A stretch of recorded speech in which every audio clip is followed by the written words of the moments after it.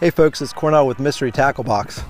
I got a big problem out here. It is absolutely a crazy tough day of bass fishing. And why?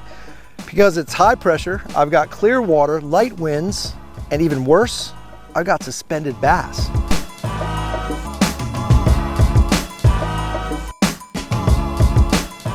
Enter the Spybait. For those of you not familiar with the Spybait, it's an absolutely incredible technique out of Japan that's specifically designed to target lethargic suspended bass in clear water. Take a look at that bait.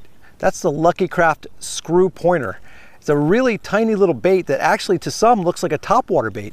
With those twin props, that's where the confusion comes in, but it's actually the opposite. That bait sinks. Sinks at a rate about 1 foot per second. The concept is simple. You're gonna throw that bait out, you're gonna let it sink to the depths where you see the fish, you're gonna slowly start to reel, and those twin props basically spin in unison, giving a real subtle flash and a real subtle vibration, along with the bait doing a real subtle shimmy as it swims. If you're a big fan of finesse fishing like me, you probably already have the perfect setup for a Spybait. This is my drop shot setup. It's a 6'8" medium light extra fast taper rod with a 2500 series spinning reel with a really smooth drag and 5-pound test fluorocarbon. You're fishing in clear water, folks. They don't recommend you using much more than 8-pound test on a Spybait. You want to get the most action out of your bait, and you want to get that stealthy presentation. So the thinner the diameter line, and specifically a fluorocarbon line, is what's going to do it for you. Let's get out here and see what I can do. I have a whole bunch of areas where I've seen suspended bass. Let's get out on some contour lines and trace those contour lines and basically run this Spybait right through the fish that I see and see if we can't catch a couple.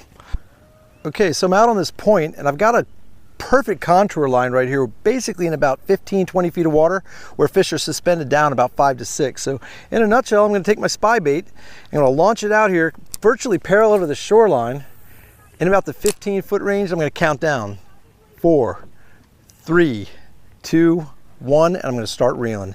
And that's all we do with the Spybait. It's that simple.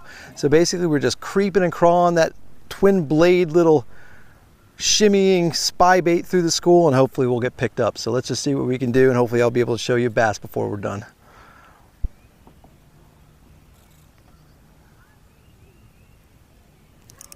And there we go. I got myself a Spybait fish. Not a big one, but that only took a couple casts. So let's see if we can catch a couple more before the night's over.